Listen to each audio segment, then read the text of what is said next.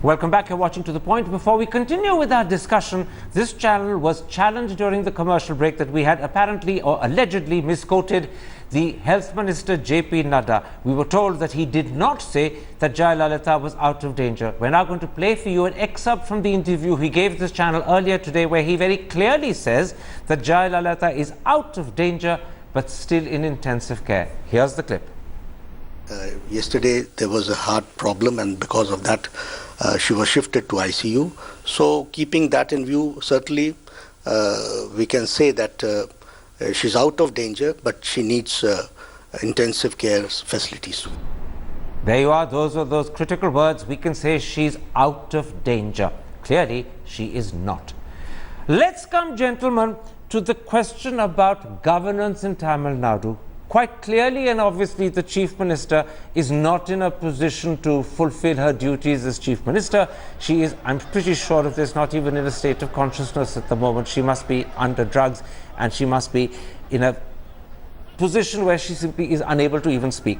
So let me put this first to you, Sudhir. Can Mr. Paneer Selvam continue to manage her portfolios and preside over cabinet meetings with her picture on the table while she still technically remains Chief Minister?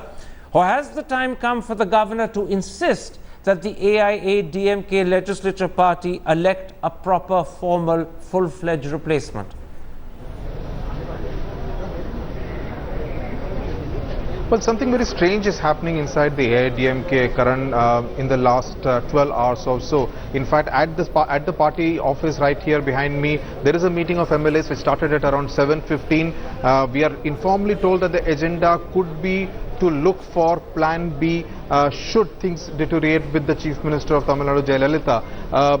We are also told that at the Apollo Hospital, MLAs were asked to endorse the name of O. Paneer Selvam as their successor. Now, something like this is very strange happening in the AIDMK. It could be happening in other parties, but in AIDMK, so long as Jayalalithaa is still alive, it's very difficult to imagine that something like this is taking place. So what really is happening behind the doors? Obviously, they do know something more than what the public knows here in Tamil Nadu and the rest of the country. They want to make sure that the mandate that they got in the month of May is not squandered. They have about 135 odd MLAs. They do realize that if things go out of hand, if there is some kind of a breakdown of the law and order situation, the centre could even impose president's rule, or the DMK could try to come through the back door by probably tempting some MLAs. All those possibilities are there in the realm of speculation. So the AIDMK has a vested interest in sticking together as a group, and they will really need to find out who will be in case things go bad with Jayalalithaa. So that kind of a meeting is probably taking place here at the party headquarters. Again, as I said, something very, very strange as far as the AIDMK is concerned. Raghav, it seems that the AIDMK, perhaps for understandable emotional reasons, doesn't want to announce the name of her successor whilst Jayalalithaa is alive. On the other hand, Jayalalithaa is clearly not in a position to carry out her duties as Chief Minister, and democracy and good governance and our constitution requires that there is a full-fledged Chief Minister. Do you think that this is a situation where the governor needs to step in and gently, politely, but perhaps firmly explain to the AIDMK that much as it may be painful for them, they have to announce and appoint and elect a successor, that they cannot allow the present situation to continue? I'm not sure of the constitutional position on whether the governor can ask that, and if it's the wish of the MLAs of the party, what the governor's position would be in that case. Now, given that, Karan, I think that's possibly a larger constitutional question, and maybe we need to derive a system like in the United States where there is a clear line, clear hierarchy. We just go by a protocol norm, whether in all elected offices, whether it's the Prime Minister's office or the Chief Minister's office. But let's not forget the larger culture of this state, Karan, that this was a state in 1984, voted for M.G. Ramachandran when he was away in a hospital in the United States with just a photograph that was spread around. So, let's not forget that this is purely Jayalalithaa that the party is dependent on and has been voted to power. So everyone in that party derives the power only from the power that Jayalalithaa has. So it's not an easy decision for the AIDMK to, and since we don't have constitutionally the idea of a replacement Chief Minister, we only have another Chief Minister to be elected. I don't think it's possible for the AIDMK to do so at this stage, Karan. I think this has a lot to go, as you were asking the last question about the sycophancy that surrounds Jayalalithaa. I think it also has a lot to do with the state's political culture itself, and overall for many decades, perhaps because of film stars being politicians and its close connection with the film world, there is a sense of reverence, there is a sense of melodrama, there is a sense of not so grounded in reality when it comes to dealing with personalities as far as Tamil Nadu is concerned. And you'd see traces of that whether it comes to actors or even in the opposition party, the DMK, or any other political party in the state. We're joined by Mukund Padmanabhan, the editor of The Hindu. Mukund, we're talking about what looks like an understandable, perhaps, but also, if I can use the word, unfortunate conflict between an emotional sense of loyalty to Jayalalithaa, her MLAs owe absolutely everything to her, but the fact that she is unable to fulfill her duties, and in terms of governance, in terms of our constitution, we need a fully active chief minister, and we don't have one. Do you think there's a way that the party can be persuaded to overcome their sense of loyalty and choose a replacement? Because it's unfortunate for this situation to continue with Paneer Selvam acting as chief minister without formally being chief minister, putting pictures of Jayalalithaa on cabinet meeting tables so that in a sense he still has her presence there, but without a proper functioning chief minister. So do you think there's a way of persuading the AIDMK MLAs that they must now bite this bullet and choose a replacement? Well, I mean, I think there's no constitutional precedent, which is, I think, what Veera was saying before me. And in the absence of this, I think we just need to go with the best available arrangement. So I don't necessarily see the lack of a formal institutional change as being in any way, affecting or shouldn't affect the administration in ordinary circumstances. Now, whether the administration is doing all that it can in the current circumstances is another question. But I don't see this as a specific problem, really. You're there outside the venue where the MLAs are meeting, Sudhir. Do you have any sense of, even if they don't announce the name at this moment for emotional reasons, do you have any sense of who is likely to be the successor? Should there be a need to have to announce one because of what the position the chief minister is in?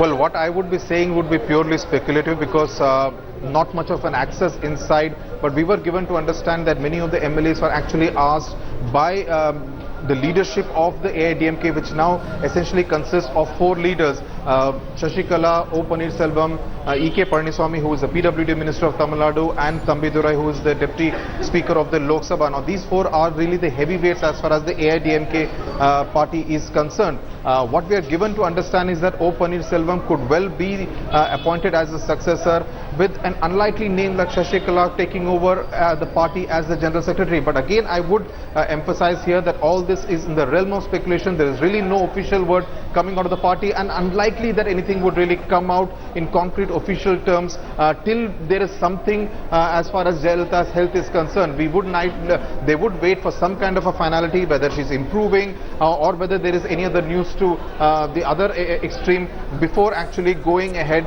with the plan B. But yes, these kind of meetings do indicate that some kind of an apparatus within the AIDMK, within the Tamil Nadu government, is being put in place. Manu Sundaram, how does your party, the DMK, the official opposition in the state, view this situation where you have a chief minister who's clearly not in a position to carry out her duties, probably not even conscious at the moment, and you don't have a replacement? And you don't have a party willing to actually bite that bullet and choose one for perhaps understandable emotional reasons, but nonetheless reasons that cannot be really, at the end of the day, acceptable in a functioning democracy. How do you, as the opposition, view this situation? Mr. Starter, we, like anyone else, have to view it through the prism of the Constitution. The Constitution in Article 163 specifically says that there shall be a council of ministers with the chief minister at the head to aid and advise the governor of the state. You know, the Constitution does not produce or expect a presidential style of a government. The chief minister is expected to be the first among equals. The Council of Ministers is supposed to lead and advise. Now, but have we moved away? Oh, we've lost the line to Mr. Sundaram. Let me bring you in, Mr. Rajshekharan. You're a AIADMK supporting advocate. Let's leave the constitution aside. Let me put it simply. Is it not a mockery of governance if the Chief Minister who heads the government is not able to function and fulfill her duties and no one is appointing a replacement? Does it not suggest a mockery of the concept of governance? Karan, I strongly disagree with your, the term which you are using against the Chief Minister, mockery, because she is not holding any portfolio. The portfolio has been assigned to O. Pannirselvam. So how can you say it's mockery of governance? All the portfolios have been allocated to another minister, Chief Minister, and she is just a Chief Minister being treated. Likewise, when Mr. Manmohan Singh had gone for treatment he was admitted in the hospital, Mr. Pranab Mukherjee, then Finance Minister, was discharged. So you should accept it as the system is like that. So you cannot make, selective comments towards our Chief Minister, Madam alone. I don't agree with that. By the way, I just want to emphasize here, the officers and the administration is well being handled by the appropriate people at helm of affairs. So we cannot say that the past 70 days Tamil Nadu is not functioning. Everything is functioning, everything is safe, people are doing their job, regular job is done, children are going to school, everything is fine. There's not even a single incident of law and order crisis in the state. How can you say it is mockery? I don't agree with you on that point. But as far as the health of the Chief Minister is concerned, she is admitted in the hospital. We are praying to God and wishing her speedy recovery. The whole country is praying for a speedy recovery. She is a fantastic lady. We all want her back as she is, and we only wish and pray. All right. I need to give her back. I will not agree with you. Let's be positive. And being an optimistic lawyer, I feel she will come back. She is critical and she is being treated by the doctors, and definitely she will come back. All right, Mr. Rajashekharan. Let me bring in Mukund Padmanabhan. Mukund, in your first answer, you raised the question, but perhaps didn't fully answer it. What is the state of governance in Tamil Nadu at the moment and over the last 50 days? I'm going now beyond the question of whether you have a replacement Chief Minister or whether you should. What has been the quality of governance, particularly over the last 50 days and over the last 24 hours, if you can tell me?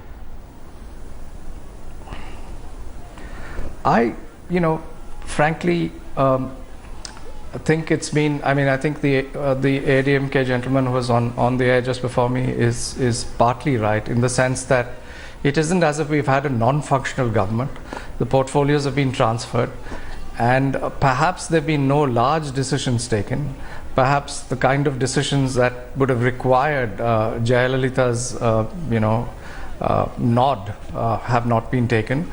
But I don't think it's fair to say that there has been no governance in the state at all. It would have been ideal, yes, to answer your first question, if we had a proper Chief Minister in place, if there was a mechanism, but that would require her to have stepped down, and that would require a process and to have gone through. That would have been the ideal situation, I think. But in the absence of this, and the absence of a lack of clarity on how we deal with situations like this, I don't think it's been such a bad thing that we've gone about by distributing her portfolios to someone else and conducting the business of governance. I don't think it's been at a practical level on the ground, I don't think it's made that much of a difference. Peter Raghav, the governor is actually an acting governor. He is the substantive governor of Maharashtra, but he is at the moment in Chennai and has announced that he will be staying there. Do we have any idea what he or his Raj Bhavan advisors are thinking about this particular government situation in Tamil Nadu? I think it would be highly speculative. At this moment, no one has any clear word, but just going further on that question that you've been discussing, Karan, this is not just about procedures. This is also about a political culture. Now, let's not forget that the people, and if you want to, and that's possibly a contrarian argument that the AIDMK can pose in front of you, that the people have voted Jayalalithaa in power. So they don't expect anybody else to head that government. And it's the mandate is not given to the AIDMK, though we would like in our form of democracy, which is parliamentary, to believe that mandates are given to the party. But unfortunately, we've moved to a system where mandates are given to personalities and not so much to the party these days, and whether you've seen even at a national level. So given that context, I think that's a far deeper question to address, and as Mukund was pointing out, I think at a practical level the government runs mainly by bureaucrats and the systems that we have in place, and chief ministers are primarily those who take strong political decisions and you know, decisive decisions at some level, and hold moral responsibility for acts of the government. So beyond that, on a day-to-day functioning, a chief minister is not someone who is indispensable as far as a government is concerned. Mukund, if Jayalalithaa does survive this awful period that she's going through, it's quite possible she may not be able to function as effectively, as strongly as she did earlier. What impact would that have on Tamil Nadu politics if her role is diminished simply because of her health? Well, I think things have come to a head with the event of yesterday. Nobody can deny that a cardiac arrest after more than 2 months in hospital is a major health development, and one can only wish her the best and hope she comes out of it. But it is very hard. I mean, it's only a doctor will be able to assess how she might be able to function when she comes out of it. I think the next day or so are going to be critical and they will, I think, throw up answers to the question you're asking. Right now, I think the focus in Tamil Nadu is on what's exactly happening in Apollo and what might happen over the next day or so, and that will determine, I think, what happens over the next few weeks. Veera Raghav, this is my last question. Give me a shortish answer if you can. I assume, and I take it I'm right when I say that this is going to be a major turning point in Tamil Nadu politics, that whatever happens will actually change the nature of Tamil Nadu politics quite decisively. That's true. 4 decades, 1989 onwards, the state has only seen a battle between Jayalalithaa and Karunanidhi. So yes, it is. That is short, succinct, and absolutely to the point. My thanks to all my guests for joining me, and if you have been, thanks for watching. This channel will continue with its coverage of Jayalalithaa, the situation in Tamil Nadu, but first, a little break.